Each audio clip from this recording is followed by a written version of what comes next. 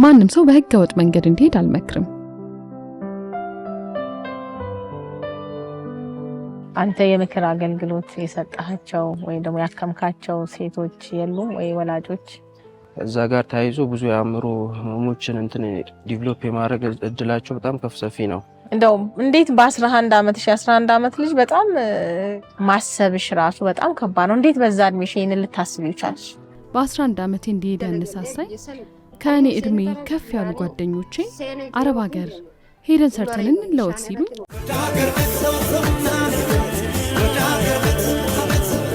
ሰላም እንዴት አላችሁ? ውድ የዳገር ቤት ፕሮግራም ተከታታዮቻችን፣ ይህ ፕሮግራም በፍልሰትና ፍልሰት ተመላሽ ሴት ኢትዮጵያውያን እውነተኛ ታሪክ ላይ የሚያተኩር ሲሆን በፖፑሌሽን ሚዲያ ሴንተርና ከዩኤንሚን በተገኘ የገንዘብ ድጋፍ ዘወትር ቅዳሜ በአባይ ቴሌቪዥን በዚህ ሰዓት የሚቀርብላችሁ ሳምንታዊ መሰናዷችን ነው። በፕሮግራማችን የተለያዩ በፍልሰትና ፍልሰት ተመላሽ ሴቶች በእውነተኛ ታሪኮቻቸው ውስጥ የገጠማቸውን ውጣ ውረዶች፣ ያሳለፉትን ስኬትና ውድቀቶች እንዳስሳለን። ስለ ፍልሰት የተለያዩ ማህበረሰብ ክፍሎችና የሚመለከታቸው ባለድርሻ አካላት አስተያየቶችም ይቀርቡበታል። በዚህ ክፍል ከዚህ ቀደም እንዳቀረብንላችሁ የተለያዩ የፍልሰት እውነተኛ ታሪኮች ሁሉ ለእናንተ ይመጥናሉ፣ ብትመለከቱና ብታዳምጡ ትማሩበታላችሁ ያለውን እውነተኛ ታሪኮች ይዘንላችሁ ቀርበናልና ተከታተሉ። በዛሬ ፕሮግራማችን ሴት እህቶቻችን በደላላ ተታለው አደገኛ ህገወጥ የፍልሰት ጉዞ ከጀመሩ በኋላ በመንገዳቸው ላይ የሚገጥማቸውን አስከፊና አስቸጋሪ ገጠመኝ እንዲሁም ህይወታቸውን አደጋ ላይ የሚጥል አደገኛ ጉዟቸው ውስጥ የሚገጥማቸውን እንግልት እናያለን። በደላሎች መደፈር፣ በበረሃ ውስጥ ምግብና ውሃ አለማግኘትን፣ ሌሎች ዘግናኝ ነገሮች የሚደርስባቸውን እናያለን። ለማየት የሚከብዱ ለመስማት የሚቀፉ በጣም ክፉ ነገሮች ይደርስባቸዋል። ይሄ እንዴት በሰው ልጅ ላይ ይፈጸማል የሚያስብሉ ድርጊቶች ይፈጸምባቸዋል። የእነዚህ ሴት ፍልሰተኛ እጣ ፋንታ ምን እንደሆነ በአንዲት ከፍልሰት ተመላሽ ሴት ታሪክ አማካኝነት እንረዳለን። ታሪኩን አብረን እንከታተል። መልካም ቆይታ።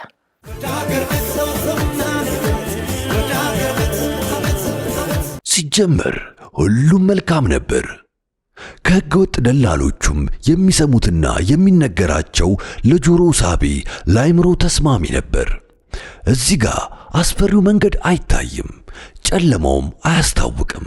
ሁሉም ጥሩ፣ ሁሉም ብርሃን ነው። ታዲያ እኚህ ፍልሰተኛ ሴቶች ስለ ጉዟቸው ጥሩነት መስማታቸውና በተስፋ ተሞልተው ራሳቸውን ማዘጋጀታቸው የሚቀጥለው በተባሉበት ቀንና ሰዓት ተዘጋጅተው አካባቢያቸውን ለቀው ጉዞ እስኪጀምሩ ብቻ ነው። ጉዟቸው አልጋ ባልጋ እንደሆነ የተነገራቸው፣ እንቅፋት እንደሚበዛው፣ ሰላማዊና በተስፋ የተሞላ እንደሆነ የሰሙት፣ በሰቆቃ የታጀበ መሆኑ የሚታወቃቸው ከአካባቢያቸው 100 ኪሎ ሜትሮችን ርቀው ከተጓዙ በኋላ ነው። ይበልጥ ከአካባቢያቸው እየራቁ ሲሄዱ ለመከራ እየቀረቡ ይመጣሉ።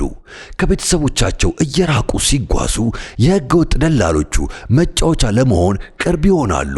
በኮንቴነር ታጭቀው ለሰው አይደለም ለእንስሳት በሚከብድ ሁኔታ እርስ በርሳቸው ተፋፍነው ቀናቶችን በሞቃታማው በረሃ እንዲጓዙ ይደረጋሉ።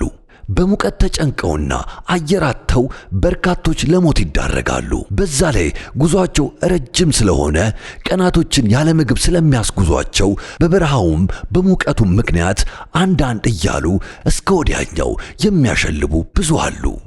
በተለይ እድሜያቸው እጅግ ገና የሆኑ አፍላ ወጣቶች፣ ቋሚ ህመም ያለባቸውና በእድሜ የገፉ ደካማ ሴቶች ይህንን ችግር ባለመቋቋማቸው ምክንያት ለህልፈት ይዳረጋሉ።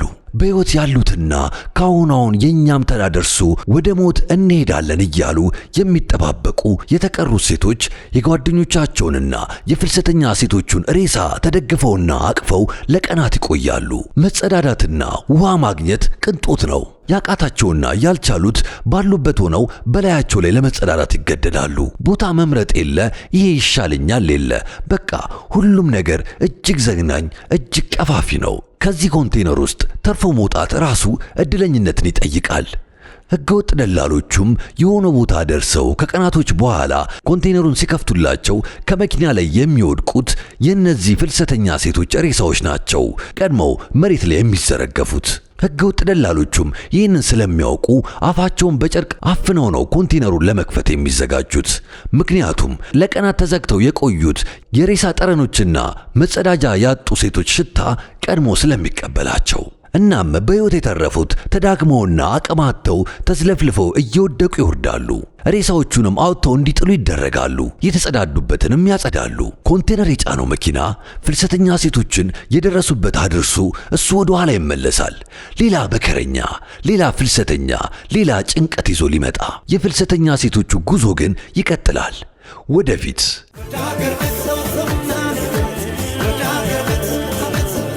ሰላም ውድ ተመልካቾቻችን፣ ዛሬ የምገኘው በምስራቅ ሐረርጌ ዞን በደደር ከተማ ነው። እንግዲህ በደደር ከተማ ከፍልሰት ተመላሽ ሴት እህት አብራኝ አለች። የእሷን የጉዞ ታሪኳን በፍልሰት የገጠማትን ነገር አስተማሪ የሆነውን ታሪክ ታካፍለናለች። ተከታተሉ። ስምሽን ማን ልበል?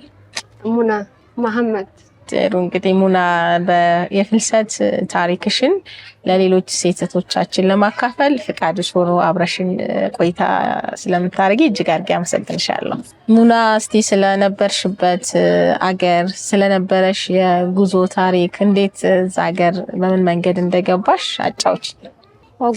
ኦጓስ ሰገሊን ቱሬያች ኦጓስ ሰገል ቱሬትን አችት ጊዜን ደለገደ ቱሬ ራፋን ቀበመ ራፋ አሲ ጊዜን ደሙ ታሪበ ነምኔና ራፋለን ጅሮ ካራራ ደደለገቻቲን ብየሰን ደቀያን ታሪበ ደሜ ብየሰን ደቀ ደደለገቻ ካራራ ደለገደ አች ደቀ ጀች በጊዜን ደቀ ተራታ ቀበመቲንን አሲ ደቢ አማሳ ስራ ጆለኒ ደምነና አንጀተ ጆለን ነፎቴን አንኩቴ አያ ጄቲን ጀለ ደቢኤ ደለገደ ኦጉን ደለገደ አችት ታሪበ ቀበመ ናቱማን ካራራ ናቱማኔ ናቱማን ኦጉ ናቱማን በአረብ ሀገር 9 ዓመት ነው የኖርኩት።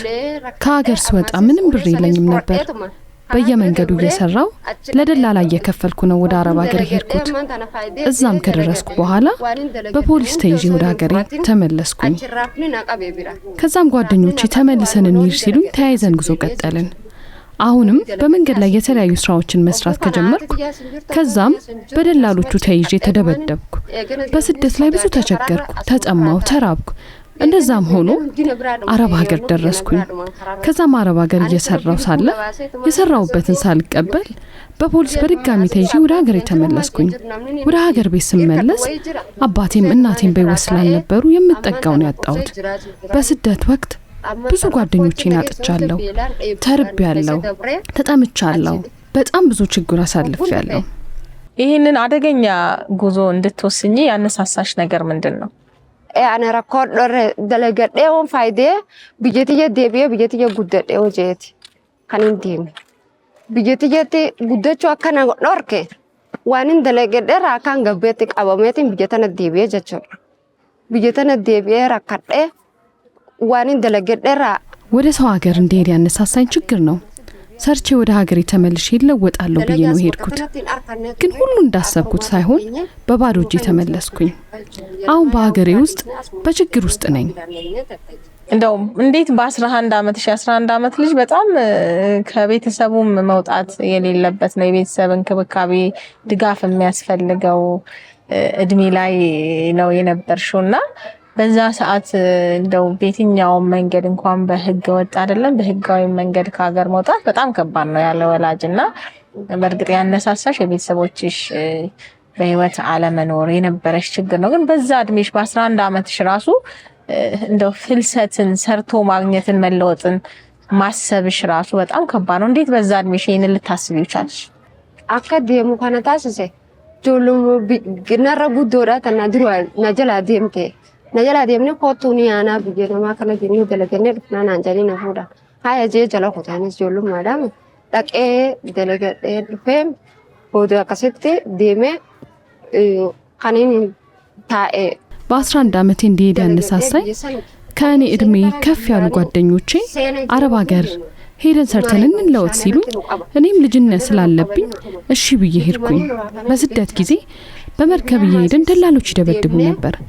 ወደ ኋላም መለሱን። ግን ምን ብለን ነው የምንመለሰው ብለን እንደገና ተመልሰን ስደት ጀመርን። ከዛም ተሳክቶልን አረብ ሀገር ደረስን። ስራም ጀመርን። ነገር ግን በህገ ወጥ ስለተሰደድን የሰራንበትን ሳንቀበል በፖሊስ ተይዘን ወደ ሀገራችን ተመለስን እልሻለሁ።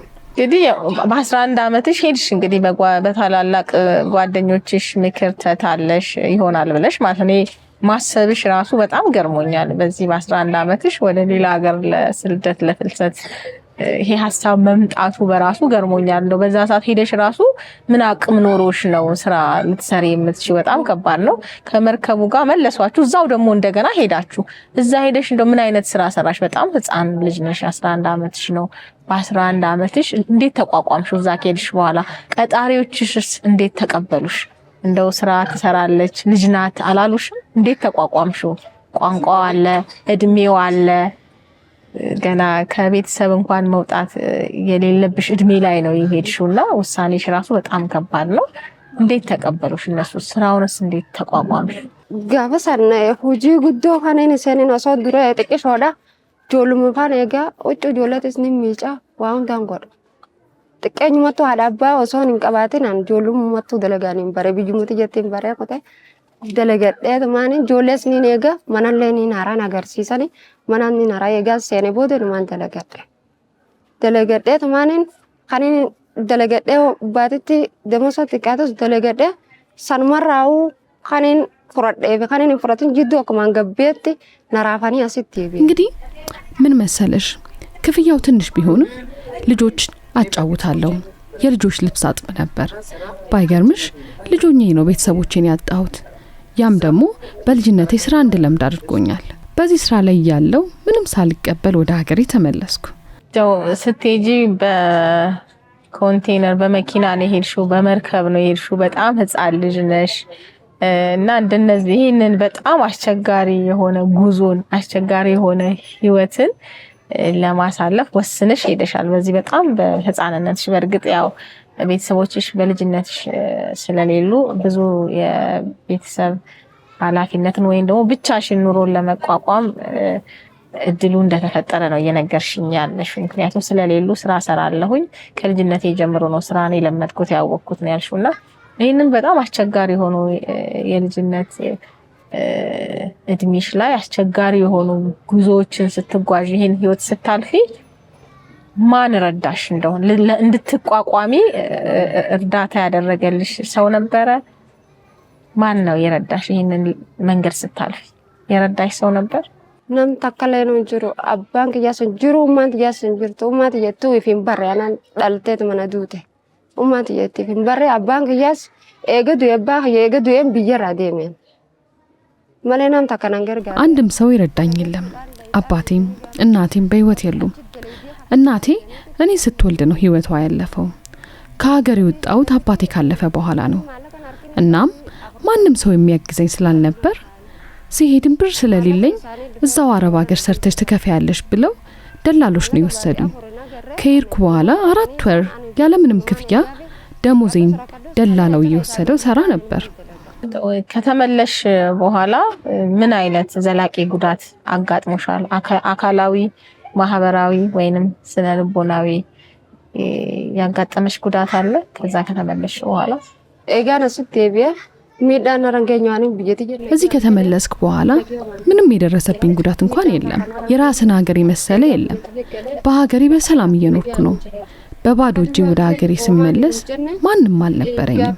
ልክ አዲስ አበባ ስንደርስ ህዝቡ በደስታ ተቀብሎን ምግብ አብልቶን ለመሳፈሪያ 1000 ብር ሰጥተውን ትራንስፖርት አሳፍረውን ይሸኙን።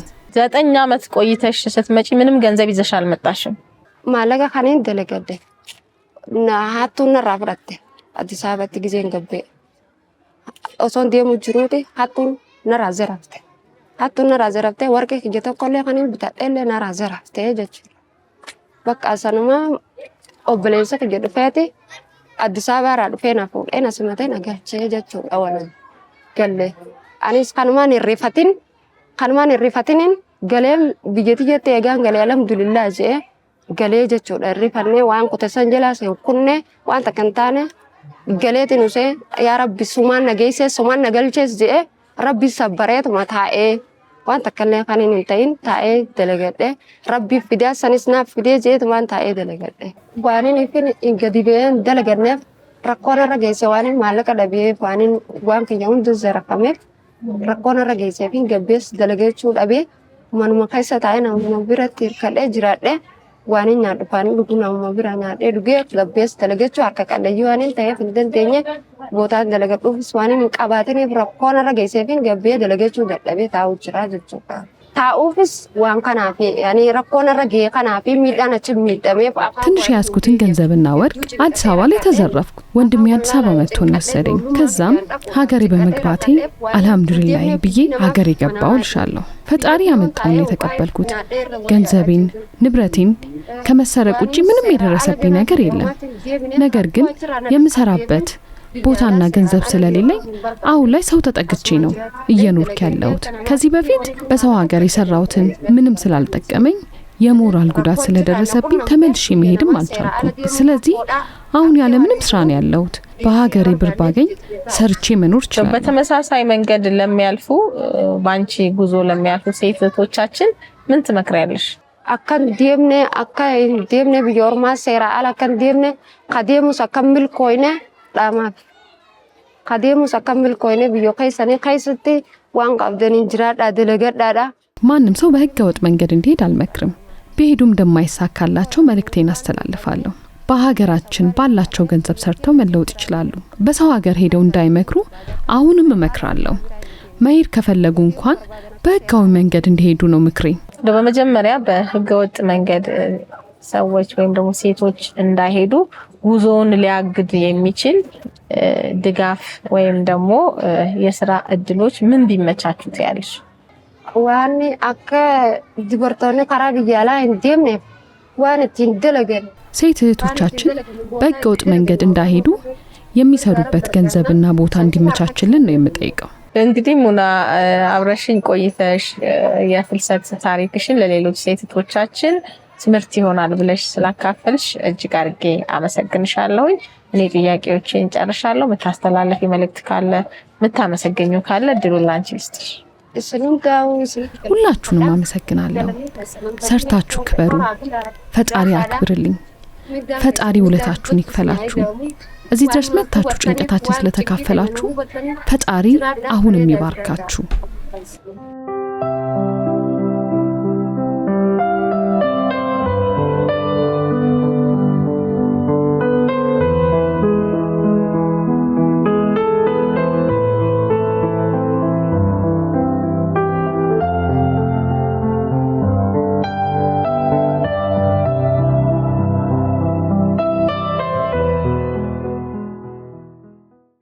ውድ ተመልካቾቻችን ከሙና ጋር የነበረን ቆይታ ይሄንን ይመስል ነበር። እንግዲህ ሙና ከልጅነቷ ጀምሮ ቤተሰቦቿን በሞት አጣ የፍልሰት መንገድን አማራጭ አድርጋ ይሄንን በጣም አስቸጋሪ የሆነ የህይወት መንገድን መርጣ ያልፍልኛል ብላ ብዙ ጣውረዶችን አሳልፋለች። በጣም የሚያሳዝን ታሪክ ነበር ያካፈለችን። እንግዲህ የሷ የህይወት ታሪክ የፍልሰት ታሪኳ ሌሎች ሴቶቻችንን በጣም ያስተምራል ብዬ አስባለሁኝ። እንግዲህ ከሌሎች ከፍልሰት ተመላሽ ሴቶቻችን ጋር ቆይታ ይኖረናል። ሌሎች የመንግስት አካላትንም እናነጋግራለን። አብራችሁ ቆዩ።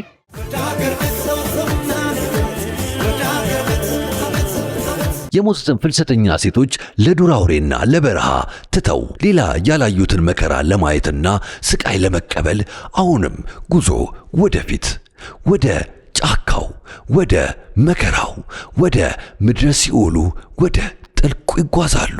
በዛ ሐሩር በዛ ሙቀት ረሃቡ ጥማቱ የበረሃውን አውሬ ችሎ ማሳለፍ ከፍልሰተኛ ሴቶቹ የሚጠበቅ ትንሹ መስዋዕትነት ነው። ከዛም በላይ የከፋ ከዛም በላይ የበዛ ነገሮች ስለሚገጥማቸው ከተወሰኑ ጉዞዎች በኋላ በቃ አሁን የከፈላችሁት እዚህ ጋር ብቻ ነው የሚያደርሰው፣ ከዚህ በኋላ ጉዟችሁን ለመቀጠል ገንዘብ ያስፈልጋል ብለው አዲስ መርዶ ያረዷቸዋል። በከፈሉት ብር የሚፈልጉበትና የተነጋገሩበት ቦታ እንደሚያደርሷቸው ነግረው ቢያመጧቸው ቢኖራቸውም እዚህ ጋር ግን ጨዋታው ይቀየራል። ተጨማሪ መክፈል ግድ ይሆናል።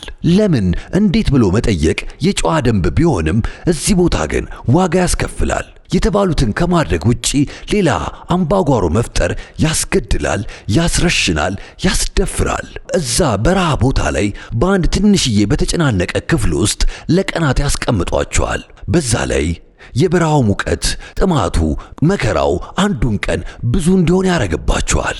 የት እንዳሉ አያውቁም። የት እንደሚደርሱም መገመት አይችሉም። ብቻ ሁሉም ነገር ከቁጥጥራቸው ውጭ ሆኖ በስብራት፣ በሐዘን፣ በተስፋ መቁረጥ ውስጥ የሚሆነውን እየተጠባበቁ በሰቆቃ መቆየት ብቻ። በዛ ላይ ቤተሰብ ብር ከየት አምጥቶ ይሰጣቸዋል? አንዴ የሌለውን ተበድሮ ልኳቸዋል። አሁን የሚጠብቀው ደርሻለሁ አታስቡ የሚለውን መልእክት እንጂ በረሃ ላይ በጭንቀት ውስጥ ነኝ ልሞት ነው ድረሱልኝ የሚለውን አይደለም። እዚህ ጋር ሌላ ጭንቀት፣ ሌላ የሚረብሽ ነገር፣ ከራሳቸው አልፈው ቤተሰቦቻቸውን ሊያሳልፉላቸው የጀመሩት ጉዞ መልሶ የቤተሰቦቻቸው ዕዳ መከራ ሆኖ ይቀራሉ።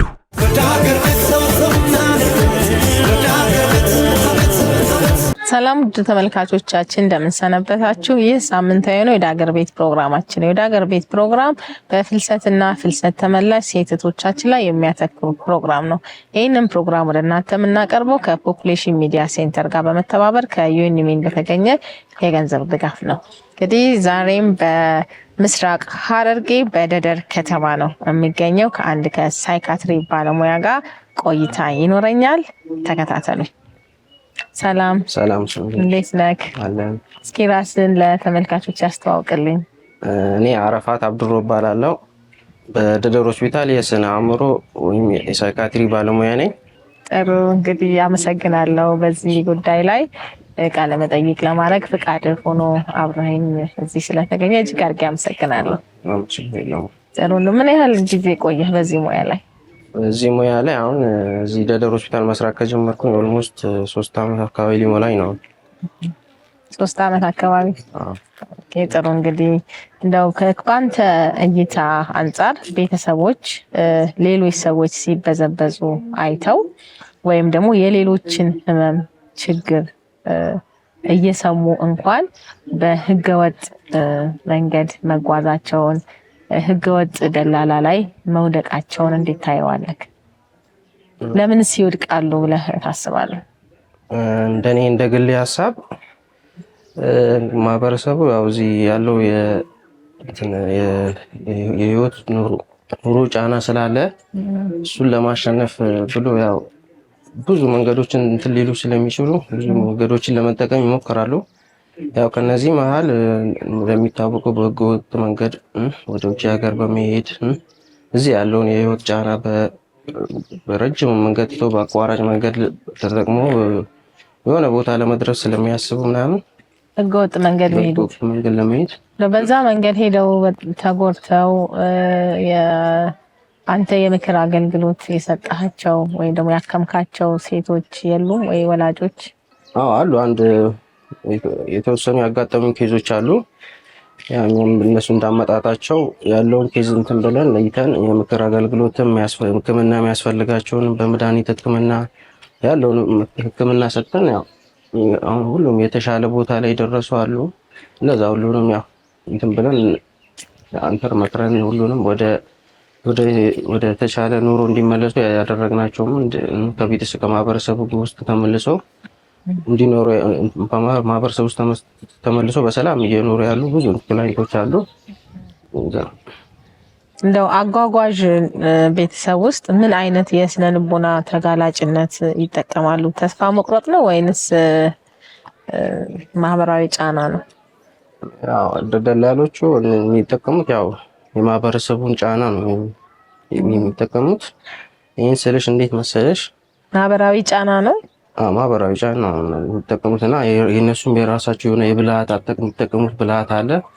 እሱን አሞሮት እንትን የሚሉት እንደው በአንተ ሙያ ላይ በዚህ በደደር ሆስፒታል ስትሰራ ሴቶች ፍልሰተኛ እህቶቻችን በህገወጥ መንገድ ሄደው በህጋዊ መንገድ ሄደው እዛ ያልተሳካላቸው ሆነው አንተ በሙያ እርዳታ የሰጣቸው ወደ ቀድሞ ህይወታቸው ወደ ቀድሞ ትዳርም ሆነ ትዳራቸው መልሰው ከማህበረሰቡ ጋር ተዋህደውና ተመልሰው አብረው የቀጠሉበትና የተሻለ ህይወት የሄዱበት አጋጣሚዎች አሉ እርዳታ ያደረክላቸው? አዎ ብዙ አጋጣሚዎች ገጥሞኛል። አብዛኞቹ ሴቶች ናቸው። አሁን እንግዲህ ከእንትን ጉዞ ጋር ተያይዞ ወደ ውጭ ሀገር የሚሄዱት አብዛኞቹ ሴቶች ናቸው። ሴቶች ደግሞ ያው ብዙ ጫናዎችን እንትን ይጥሩ የማህበረሰባዊ የኢኮኖሚ ጫናዎችን ለማሸነፍ ምናምን ብሎ ወደ ቤተሰቦቻቸውን ለመርዳት ወደ ውጭ ሀገር ይወጣሉ። እዛ የሚያጋጥማቸው ነገር አሁን የሚጠብቃቸው ነገር ያው ብዙ ነገር ይጠብቃቸዋል። እዛ ብዙ አደጋ ወይም ብዙ ነገሮች ሊደርሱባቸው ይችላል። ከዛ ጋር ተያይዞ ብዙ የአእምሮ ህመሞችን እንትን ዲቨሎፕ የማድረግ እድላቸው በጣም ሰፊ ነው። ከነዚህ መሀል አሁን ለምሳሌ ፖስት ትራውማቲክ ስትረስ ዲስኦርደሮችን አልፎ አንዳንድ አንዛይቲ የሆኑ እንትኖችን ዲቨሎፕ ሊያደርጉ ይችላሉ። ከዚህም ባለፈ የተወሰኑ የሳይኮሲስ እንትኖችንም ሊያሳዩ ይችላሉ። እነዚህ ኬዞች ብዙ ጊዜ ይመጣሉ። ግን እነዚህ ኬዞች ሲመጡ ምንድነው አንደርላይንግ ኮዛቸው የሚለውን እኛ ያው በተቻለ መጠን ለመለየት እንሞክራለን እና ለይተንም ያው ማድረግ ያለብን ነገር ለማድረግ እንሞክራለን። ህክምና እንሰጣቸዋለን፣ የመድኃኒት ህክምና። ከዛም ባለፈ የሳይኮቴራፒ ሳይኮሎጂያቸውን እንትን ለማድረግ የተቻለንን እንሞክራለን። ከዚህ ጋር ተያይዞ እንዳልሽው ብዙ ኬዞች ይመጣሉ። እነዚህ ኬዞችም ያው ወደ አብዛኞቹ አሁን ሴቶች ስለሆኑ ይህን ኑሯቸውን ለማሸነፍ የትዳር ኑሮ ያላቸው ትዳራቸውን ጥለው ይሄዳሉ። ሌሎቹ ደግሞ ቤተሰቦቻቸውን እንደዛው ለመርዳት ብዙ እንትን ኃላፊነት ወስዶ ነው የሚሄዱትና እሱ ራሱን የቻለ እዛ ስትረስ አለው። የቤተሰቦቻቸው እንትን ናፍቆት አለ፣ ብዙ ነገር አለ። ይሄን ሁላችንም ነው እዛ ቆይቶ የሚመጡት። አብዛኞቹ እኔ ሰክሰስፉል ናቸው ብዬ አላስብም። በራሴ ሳየው እዛ ሄዶ የሆነ የተወሰነ ትንሽ እንትን ቢሉ ነው ከዚህ የተሻለ ኑሮ እንትን ቢሉ ነው እንጂ እዛ ያሳለፉት ጊዜ ያው እንግዲህ ጤነኛ ነው ብዬ በግሌ እኔ አላስብም። ከገጠመህም ከመጡትም ደንበኞች ወይም ደግሞ ተገልጋዮች አንፃር ደስተኝነትም ምንም ደስተኛም አይደሉም። አብዛኞቹ አሁን ሲጠየቁ እዛ ባሳለፍሽ ህይወት ደስተኛ ነሽ ሲባሉ ምንም ደስተኛ አይደለሁም፣ ድብርት ውስጥ ገብቶ ምናምን ለስንት ዓመት እዛ እንትን ብሎ ነው የሚመጡት አብዛኞቹ። ይሄ ከአእምሮ ህመም ጋር ስናየው ቅድም እንዳልኩት ብዙ እንትኖችን ዲቨሎፕ አድርጎ የመጡ ኬዞች አሉ። አሁን እኛ ጋር ከናፍቆትም ከስኬታማ ካለመሆንም ከብዙ ነገር አንፃር እዛ እንዳሰቡት ግባቸውን ካለመፍታትም አንፃር የጤና እክል ውስጥ ይገባሉ። እዚህ ሲመጡ ደግሞ እነሱን መልሶ ወደ ነበሩበት ለመመለስ ትንሽ ጊዜ ይወስዳል። ግን የተመለሱ አሉ። አዎ ያው የተወሰነ ይመለሳሉ። ያኔ ፉሊ እንደ ድሮ ላይሆንም ይችላል። እሱን ለመግለጽ የሀገራችንም የኢኮኖሚክ ስታተስ ያው የታወቀ ነው። ብዙ አንድ አእምሮ እክል ያለው ሰው እሱን እንትን ለማለት ብዙ ነገሮች ያስፈልጋሉ። ወደ ቦታው ፉሊ ይመለሳል ብሎ ማሰብ አዳጋች ነው አይደለም? ግን ያው በተቻለ መጠን ግን እዚሁ ባለህበት በደደር ሆስፒታል በፍልሰት ሄደው የሚመለሱ እንደዚህ አይነት ችግር የሚደርስባቸው ሴቶቻችን ላይ ያለውን በተመቻቸው እና በቀረበላችሁ ነገር ጤናቸውን ወደ ነበረበት ለመመለስ የሕክምና ድጋፍ ታደርጋላችሁ። እንደው ተመላሽ ሴት እህቶቻችን በተለያየ መንገድ ነው እንግዲህ ከሀገር ተሰደው ወይም ደግሞ ፈልሰው የሚሄዱት። ያው የኢኮኖሚ ጫናው አለ። ብዙ ጊዜ ስናነጋግራቸው ትልቁ መነሻቸው በቃ የተሻለ ህይወት ለማግኘት ከኢኮኖሚ ጋር ካላቸው ገቢ ጋር ነገን በማሰብ በቂ አይደለም በማለት ነው እንግዲህ የቤተሰቦቻቸውን ህይወት ለመቀየር የራሳቸውን ህይወት ለመቀየር እንደገና ደግሞ በሌሎች በጓደኛም ተታለው በቤተሰብም ጫና በራሳቸውን ፍላጎት የሚሄዱ አሉና የፍልሰት ተነሳሽነቱ በጣም የተለያዩ መንገዶች አሉት።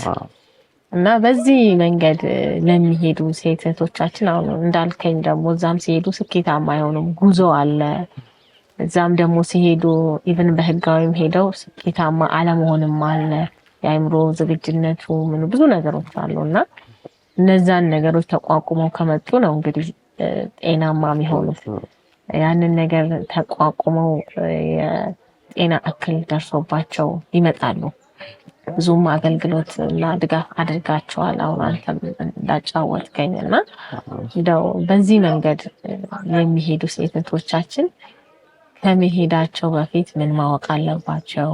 እዛስ ደግሞ ሲሄዱ እንደው እንደዚህ አይነት ችግሩ ሲገቡ ምን አይነት መንገድን መከተል አለባቸው ብለህ ታስባለህ? ትመክራለህ? እስቲ እንደዚህ አይነት ድብርት ውስጥ እንዳይገቡ፣ እንደዚህ አይነት ጫና ውስጥ እንዳይገቡ ምን አሟልተው ምንን አውቀው ምን አይነት ዝግጅነትን ተቀብለው መሄድ አለባቸው ትላለህ? ያው እነዚህ ሴት እህቶቻችን እዛም ሄዶ ያው የሚያገኙት ላይፍ ከዚህ የተለየ ስለማይመስለኝ እዛ ሄዶ ሌላ ያልፍልኛል ምናምን የሚለውን እንትን ከሚሉ እዚሁ የስራ እድል ፈጥሮ እዚሁ ሀገሬ ላይ ያልፍልኛል ብሎ እንትን እንደዚህ አይነት ማይንድ ሴታፕ ቢኖራቸው አንድ ሰው ለፍልሰትን ሲያስብ ወይም ሲዘጋጅ ብዙ ነገሮችን አቅዶ አስቦ ሊሆን ይችላል።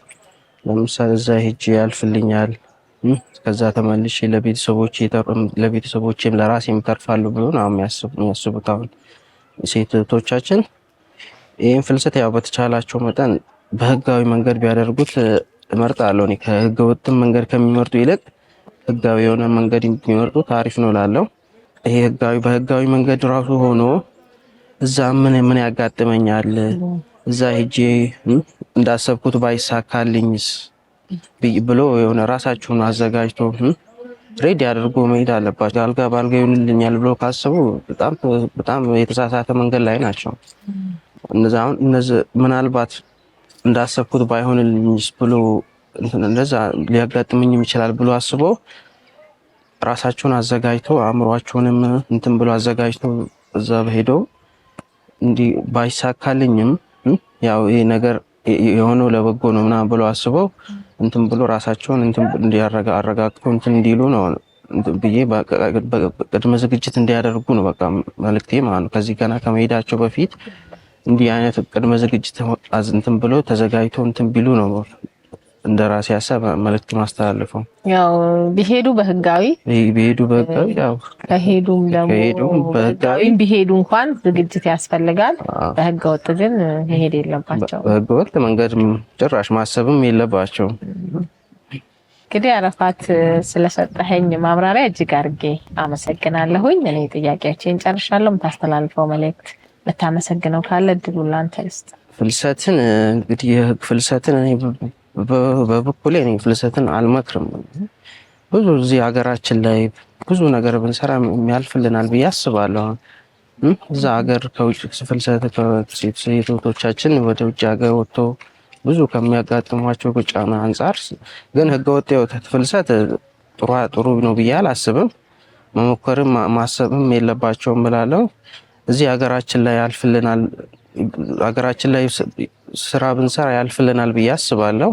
ህገወጥ ፍልሰትን ማንኛውም ሴት እህቶቻችን እንደ አማራጭ ባይወስዱት ብዬ አስባለሁ።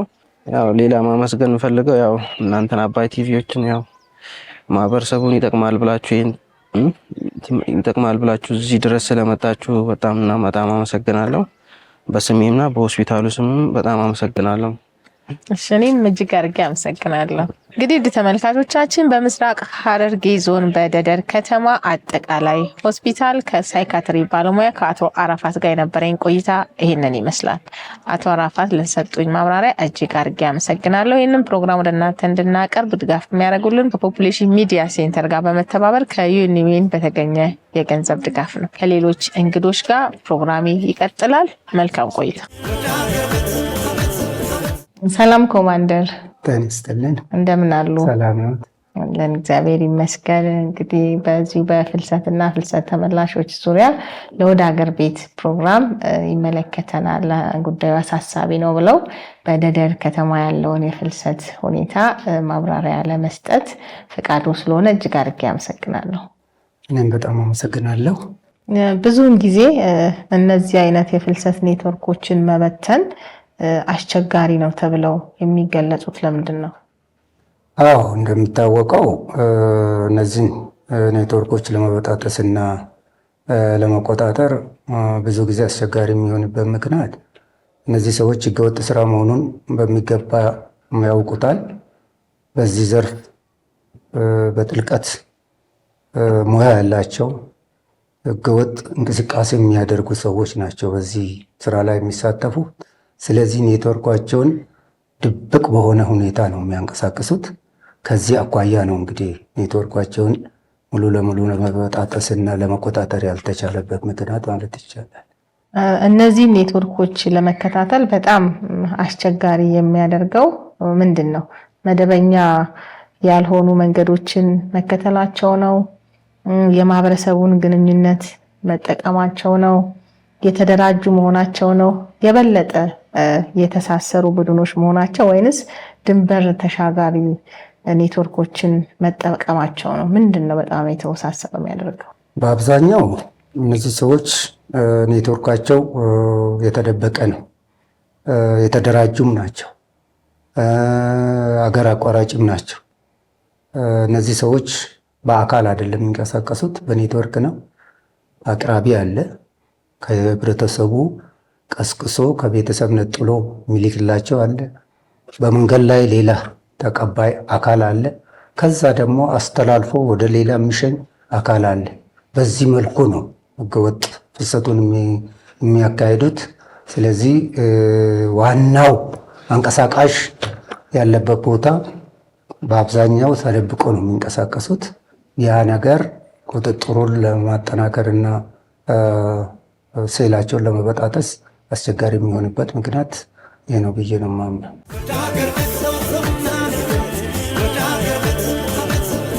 እኚህ ፍልሰተኛ ሴቶች የተባሉትን ከመክፈል ውጪ ሌላ አማራጭ የላቸውም። አለበለዚያ እነዛ አሰፍስፈው ገንዘብ የሚጠብቁት ህገወጥ ደላሎች ጥለዋቸው ወይም ገለዋቸው ለመሄድ ሁለት አያስቡም። ምን ለማድረግ እንደሚዘጋጁ ሁኔታቸው ያስታውቃል። ሆኖም ግን ገንዘብ ብቻ መክፈል ከዚህ አደጋ አያስመልጥም። ደላሎቹ ከፈለጉና ካማራቸው የፈለጉትን ከማድረግና ሴቶቹን ከመድፈር ወደ ኋላ አይሉም። ይህ ሆኖ እንዳለ የቻለው ከፍሎ ያልቻለውን በረሃ ውስጥ ተጥሎ ጉዞ ወደፊት ይቀጥላል። በሌላ በማያውቁት የደላሎች ቅብብሎሽ ወደ ሌላ መከራ፣ ወደ ሌላ ቦታ ይቀጥላል። ግን ወዴት? አሁንም ምላሽ የለም። ብቻ እስትንፋሳቸው እስካለ ይቀጥላል። አይናቸው የሚያየውን እየመዘገበ ጉዟቸው አሁንም ወደፊት ይላል። አሁንም ጉዟቸው ይቀጥላል። ማለቂያ የሌለው መከራ፣ ማብቂያ የሌለው ሰቆቃ አሁንም መልኩን ቀይሮ ይቀጥላል። ከዚህ የማይታለፍ ከሚመስለው መከራ የተረፉና ወደ ሀገራቸው የተመለሱ ፍልሰተኛ ሴቶች ስላሳለፉት ነገር እንዲህ ይላሉ። ለጠላቴም አልመኘው፣ መከራው ለማንም አይድረስ። በጤና መመለስ ብርቅ ሆኖባቸው አይምሯቸው ውስጥ ያለፈው ሰቆቃና መከራ ከላያቸው ላይ አልወርድ ብሏቸው እዚህ መጥተው በሽተኛ፣ እዚህ ገብተው ገመምተኛ ከመባል ውጪ ምንም ባለማትረፋቸው አይምሯቸው ተበላሽቶ አካላቸው ጎሎ ጤናቸው ተስተጓጉሎ ሊያሳልፉላቸው ከሄዱት ቤተሰቦቻቸው ላይ ተመልሰው ሌላ ሸክም በመሆን ሌላ ችግር ፈጥረው ወደ ሀገራቸው ባዶ እጃቸውን ይመለሳሉ። በቃ ሁሉም ነገር ከድጡ ወደ ማጡ ሆኖ ይቀጥላል። ጠዋት ተነስቶ በተስፋ መቁረጥ ውስጥ ዝንባቸውን እያባረሩ ተቀምጠው መቆዘም፣ በሐሳብና በትካዜ ጭልጥ ማለት፣ በቅዠትና በሰቆቃ እልፍ ሌሊቶችን ማሳለፍ፣ በባዶ እጅ መመለስ፣ በመከራ ዕድሜያቸው መጨረስ። በቃ ይህ ነው ሕገወጥ ፍልሰት።